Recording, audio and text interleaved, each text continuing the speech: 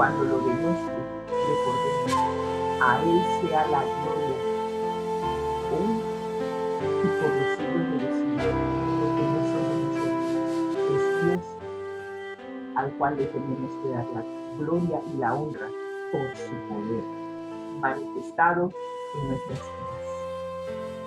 Así que recuerda ese versículo, Efesios capítulo 3, versículos 20 y 21.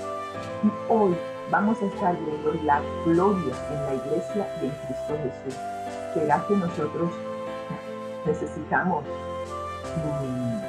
No quiero hacer esa pregunta. ¿Será que nosotros merecemos la gloria por lo que Dios hace? Porque fue lo que dije hace un instante. Porque aquí me está hablando que la gloria en la iglesia. Así que vamos a ver si es que la gloria tiene algo que ver con que nosotros nos atribuyamos esa gloria. Veamos de qué trata esta interesante lección. Hemos estado estudiando el capítulo 3 de la epístola a los Efesios. Para aquellos que no tienen una guía de estudio, usted puede estudiar con nosotros, estudie su Biblia.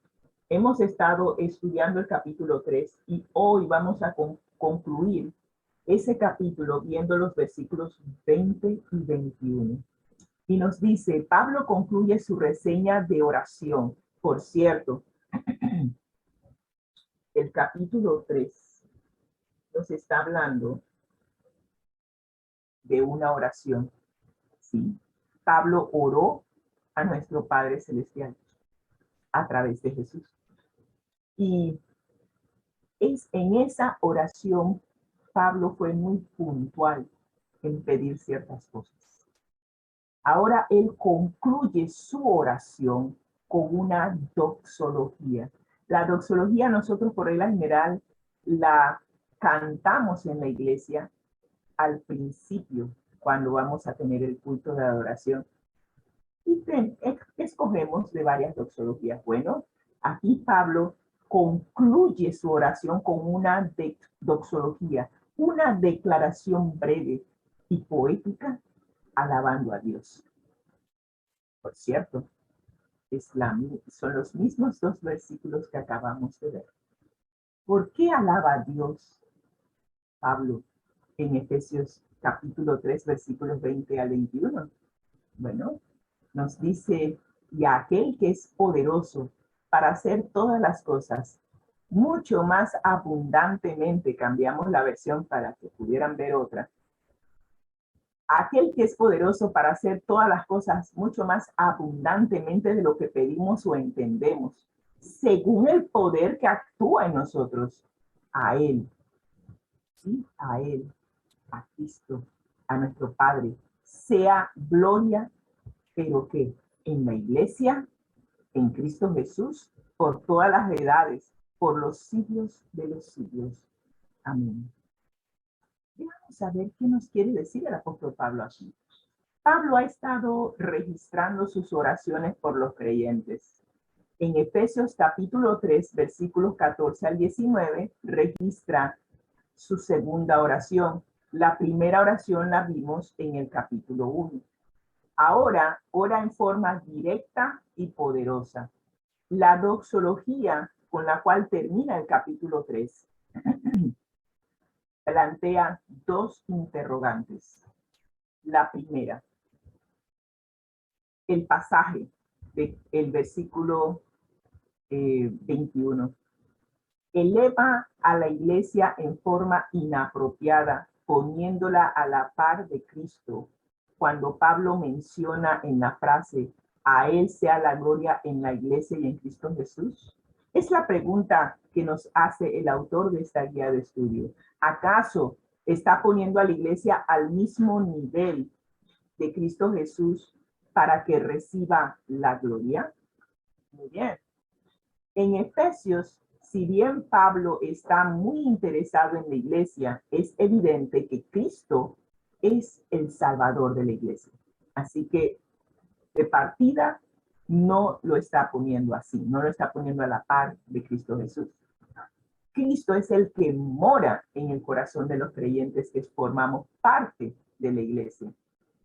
Así que, y eso lo vemos aquí en Efesios capítulo 3, versículo 17, que nos dice, para que por la fe Cristo habite en nuestros corazones. Y Pablo pide que seamos arraigados y cimentados en amor, en el amor de Dios hacia nosotros.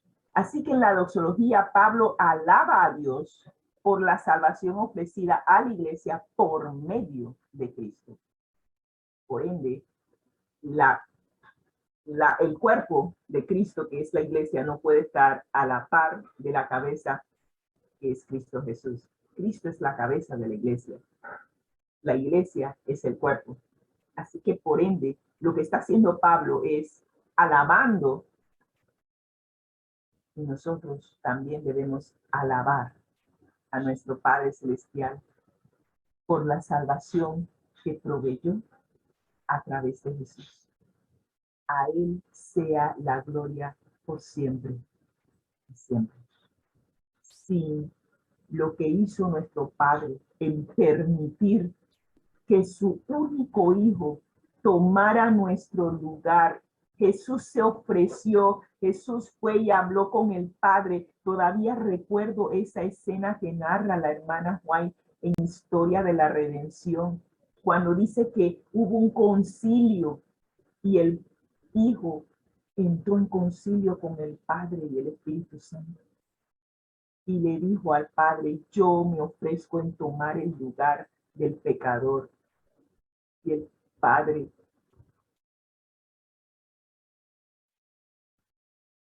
¿qué le puedo decir? Hubo un silencio en todo el cielo. Lea la narración en la historia de la redención. Es increíble. Todos los ángeles, todo el mundo estaba esperando para ver qué resultaba de ese concilio. Pero le damos gracias a Dios que ya nosotros sabemos el resultado. El Padre estaba en el Hijo cuando Él murió en esa cruz. A Él sea la gloria por siempre. Que nunca se nos olvide. Por muchos dones, por muchos talentos, por muchas bendiciones que nosotros podamos recibir, todo es de Dios. Y a Él sea la gloria. La segunda interrogante que plantea el versículo 21. La frase, en todas las generaciones y por los siglos de los siglos. ¿Acaso describe un futuro terrenal eterno para la iglesia en que la venida de Cristo queda en suspenso? Oh, nunca se me hubiera ocurrido esa pregunta, pero bueno, a alguien se le ocurrió. Efesios exhibe una sólida expectativa para el futuro. Por ejemplo, Efesios capítulo 4, versículo 30, dice, mira hacia el día de la redención. Y nos dice, no contristéis al Espíritu Santo de Dios con el cual fuisteis sellados para el día de la redención. Hay un día, o sea, Cristo ya pagó por nosotros. Cuando murió en la cruz del Calvario, Cristo nos redimió.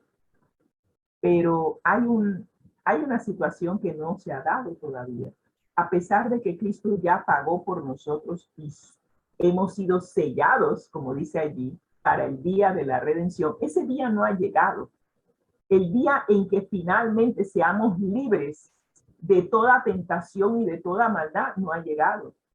Pero cuando llegue, cuando Jesús venga por segunda vez, finalmente seremos libres, porque se le habrá puesto las cadenas. ¿Sí? Ahora el pastel se habrá volteado, como decimos en buen panameño. Ahora las cadenas serán puestas sobre aquel que nos puso a nosotros las cadenas. Y él va a estar atado por 1000 años. Porque no va a tener a quien tentar. Porque ya nosotros seremos libres de toda tentación. Finalmente habrá llegado el día de nuestra redención. Así que la doxología de Pablo debería leerse como una celebración del poder inagotable de Cristo ejercido en favor de nosotros los creyentes. Por los siglos de los siglos, finalmente seremos libres. Seremos libres. Wow. Al mirar retrospectivamente la segunda reseña de la oración de Pablo, y hay que comparar las dos oraciones de Pablo, las que tenemos en este capítulo 3, del versículo 14 al 21, con la primera oración de Pablo en el capítulo 1, versículo 15 al 23. Y cuando los comparamos, vemos que el apóstol encuentra fortaleza en el alcance cósmico del cuidado del Padre. Cuando tú ves aquí, primero, vamos a ver el capítulo 3 que nos dice que por esta causa doblo rodillas. Y acá en el capítulo 1, versículo 17, nos dice que él le pide a Dios, y miren que vuelvo a decir, Pablo está orando al Padre, el Padre de nuestro Señor Jesucristo. Lo está mencionando 2 veces en sus 2 oraciones. ¿Y qué más está pidiendo? Está pidiendo que seamos fortalecidos con el poder de Dios en el hombre interior. Y en el versículo 19 nos está diciendo cuán incomparable es la grandeza de su poder a favor de ¿quiénes? De los que creemos. Ahí está el poder que funciona en nosotros, la fe. Es necesario creer para poder experimentar ese poder y el cuidado de Dios a nosotros. Así que el apóstol encuentra fortaleza también en la disponibilidad inmediata del Espíritu Santo, en la colaboración de Cristo mismo y en la me fascinan estas palabras todas largas y complicadas de pronunciar, y en la inconmensurabilidad del amor ilimitado de Cristo. ¿Por qué tenemos que usar palabras tan rebuscadas? Solo Dios entiende. Pero una cosa sí entendí. Para nosotros es difícil comprender el gran amor de Cristo, un amor que es totalmente ilimitado. Jesús ama porque es amor. Dios Padre ama porque es amor. El Espíritu Santo, el fruto del Espíritu Santo es amor. Ellos no pueden dejar de amar. Y para nosotros eso no tiene sentido. No tiene sentido porque nosotros estamos acostumbrados a que si nosotros como hijos cometemos un error, nuestro Padre nos castiga, se enoja y nos castiga. Y pensamos que nuestro Padre Celestial es igual y que por ende en ese momento en que nos está aplicando la disciplina no nos ama. Pero el amor de Dios se manifiesta aún cuando estamos bajo disciplina. Y eso es por eso que Efesios capítulo 3, 18 y 19 dice que Él le pide al Padre que nosotros seamos capaces de comprender, ahí es donde está la inconmensurabilidad. No lo comprendemos, no comprendemos el amor del Padre hacia nosotros. No comprendemos cuál es la anchura, la longitud, la altura y la profundidad del amor de Cristo que sobrepasa todo conocimiento. Qué difícil para nosotros seres humanos comprender cuánto nos ama el Padre, cuánto nos ama Jesús. De tal manera amó Dios al mundo que dio a su único Hijo para que todo aquel que cree, ese es el poder que actúa en nosotros, todo aquel que cree no se pierda, mas tenga vida eterna. Qué inconmensurable es el amor de nuestro amante Salvador Cristo Jesús. Un amor totalmente ilimitado. Así que en este amor es tan real que se imagina a los creyentes, Pablo se imagina a los creyentes llenos del amor de Dios, llenos de la plenitud. Yo me quedé pensando cuando él habla y dice que ese poder actúe en nosotros y que nosotros, aquí dice, podamos ser llenos de toda la plenitud de Dios. Yo me quedé, ay, que Dios me llene con toda su plenitud. ¿Cómo será eso? Mi cabeza no entiende cómo nosotros pudiéramos estar llenos de toda la plenitud de Dios. Dios es amor. Tú te imaginas esta pequeña vasija, yo que soy tan delgadita, yo me quedé pensando que Dios more, que todo su amor sea vaciado en estas vasijitas tan delgaditas. Yo digo, ay Dios mío, me voy a reventar. Es lo que visualizo. Porque la plenitud de Dios, ni siquiera mi cerebro puede llegar a comprender la anchura, la longitud, la profundidad del amor de Cristo en nosotros.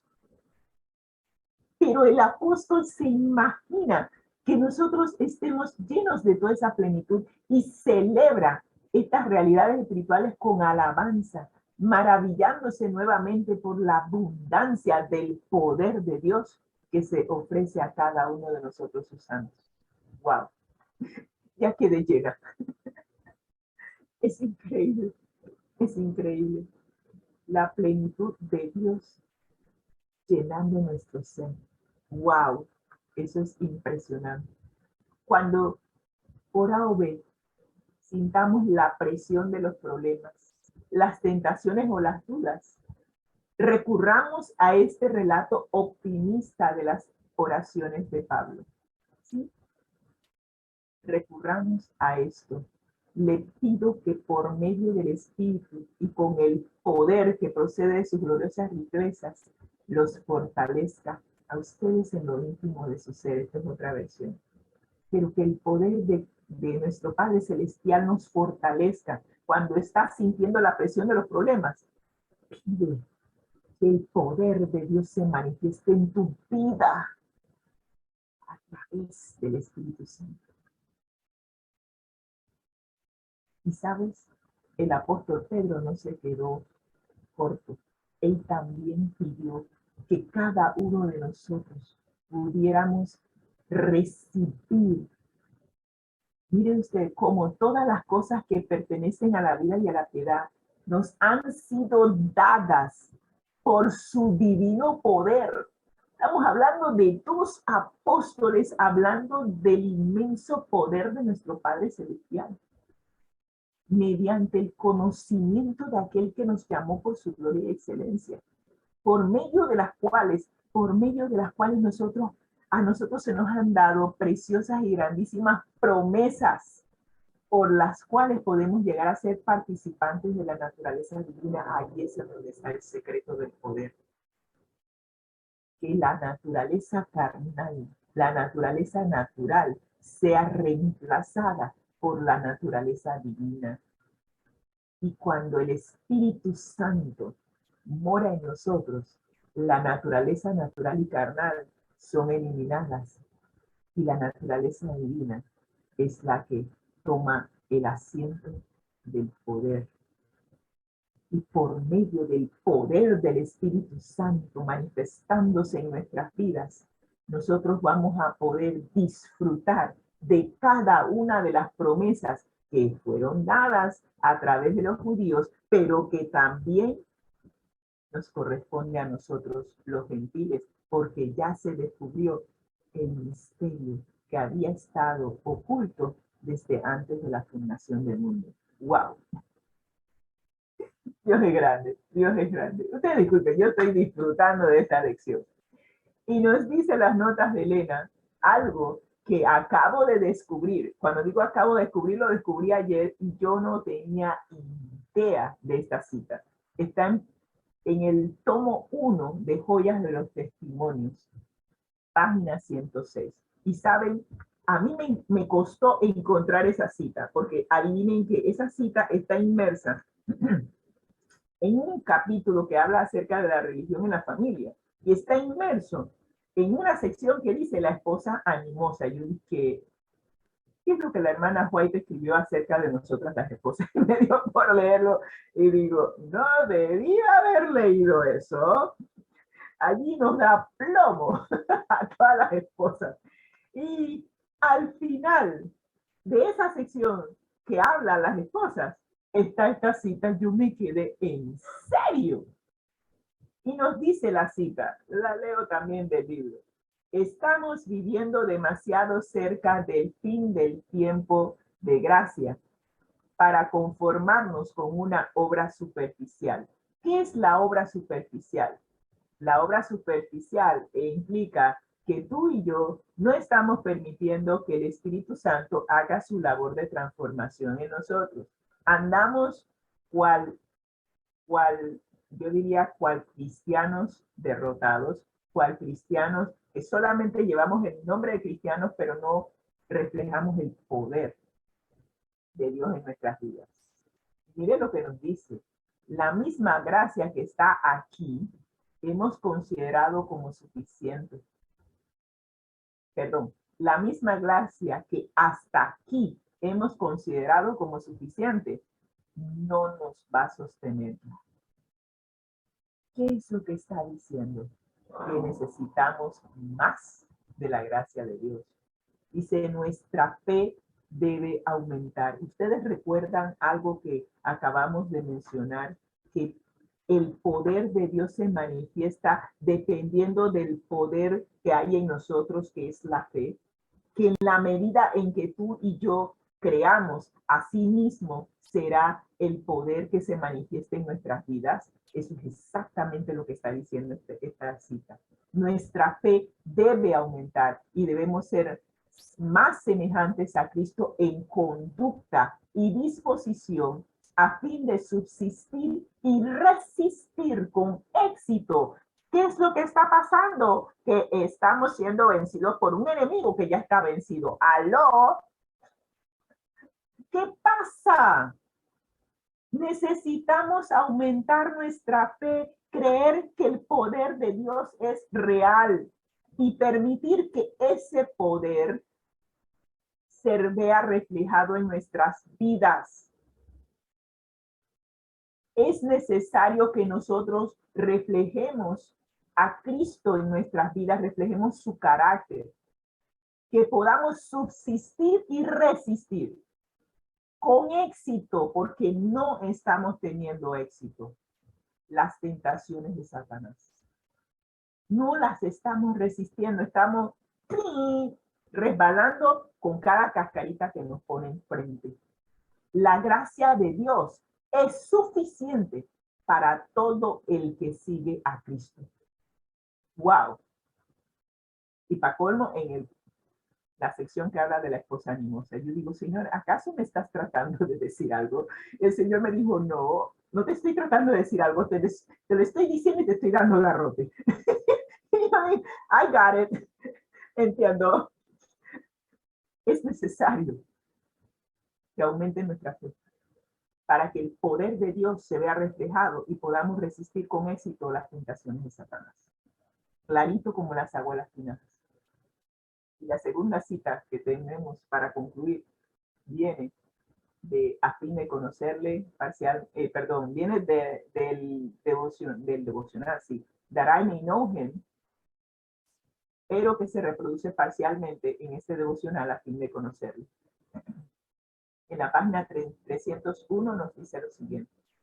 Bien, muchos piensan que es imposible escapar del poder del pecado. ¡Aló! Ahí está la falta de fe. Muchos piensan que es imposible escapar del poder del pecado, pero se nos ha prometido que seremos, ¿qué cosa?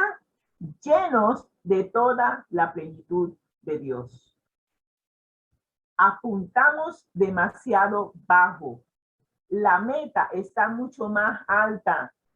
Nuestra mente necesita expandirse para poder comprender el significado de la provisión de Dios. La provisión de Dios está, pero nosotros no estamos a ese nivel porque nos parece imposible escapar del poder del pecado.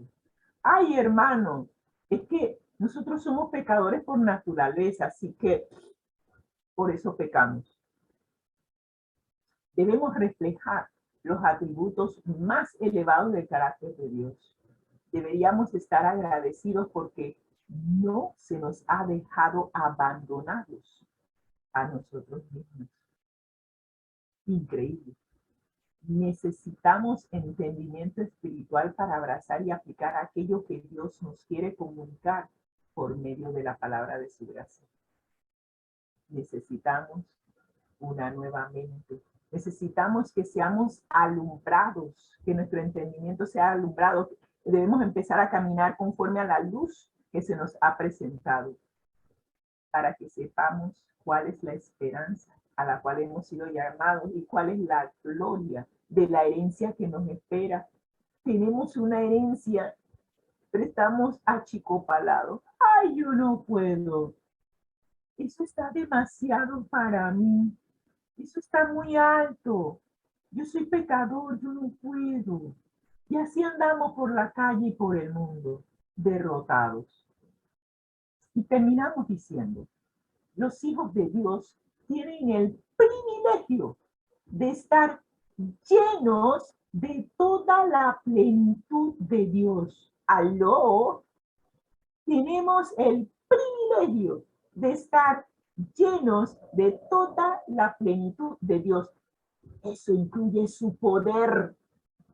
Y aquel que es poderoso para hacer todas, no algunas, todas las cosas, mucho más abundantemente de lo que pedimos o entendemos. ¿Según qué cosa? El poder que actúa en nosotros, según nuestra fe. A Él sea gloria en la iglesia y en Cristo Jesús por todas las edades. A Él sea gloria, a Él sea la gloria en la iglesia, en Cristo Jesús, por todas las edades, por los siglos de los siglos. Y ojalá que tú y yo hoy finalmente experimentemos la plenitud de Dios en nuestras vidas. Qué desgracia que nosotros nos llamemos cristianos llevando el nombre de Cristo en vano. Yo me imagino el universo entero viendo el espectáculo de una iglesia derrotada. Estamos aquí en este mundo, estamos en un banco, tenemos una cuenta bancaria con todos los millones a nuestra disposición y lo único que el Señor nos pide es que tomemos la decisión de firmar el cheque ilimitado que nos dio de su poder. Pero como yo no creo que ese cheque tiene fondo, no lo firmo. Eso es lo que estamos haciendo. No creemos. No creemos. Yo me estoy dando garrotazos en la cabeza. No creo. ¿Cuántas veces el Señor me ha dicho, pero yo tengo el poder para resolver tu problema? Y yo agarro el problema y digo, no te preocupes, Señor, yo lo resuelvo. ¡Ay, Dios mío! ¿Hasta cuándo? Y entonces hacemos la de David. Señor, ¿dónde están tus promesas? ¿Dónde está lo que prometiste? Y el Señor David, que pero si yo estoy aquí esperando que tú firmes el cheque. Tú te fuiste buscando prestamistas y buscando por otros lados. Y como no te fue bien, ahora me vas a reclamar a mí a dónde están tus promesas. Las promesas están aquí, firma el cheque. ¿Qué te puedo decir? Ay, Señor, me siento tan mal. Yo no sé si te sientes como yo, pero ya basta, ya basta. Ya es hora de que dejemos el nombre de nuestro Dios en alto. Ya es hora que empecemos a caminar conforme al poder que Dios tiene a nuestra disposición. Ya es hora que creamos en ese poder. Y si tú hoy quieres, como yo, dejar de caminar como un cristiano derrotado, Y finalmente, permitir que el poder de Dios se vea en nuestras vidas. Te invito a orar. Señor, no somos dignos ni siquiera de levantar la cabeza. Qué pena y qué vergüenza. Llamarnos hijos de Dios y andar por el mundo derrotados por un enemigo que ya está vencido. Que a partir de hoy, Señor, te pedimos, aumenta nuestra fe. A partir de hoy, que nosotros podamos, si no hemos ido al banco, vayamos al banco y que firmemos el cheque. Endosemos ese cheque que está esperando desde antes de la fundación del mundo, que nosotros finalmente lo reclamemos. Y que hoy podamos vivir vidas victoriosas en tu nombre, Señor. Que finalmente te entreguemos por completo nuestra vida de derrota, nuestra vida de fracaso. Y que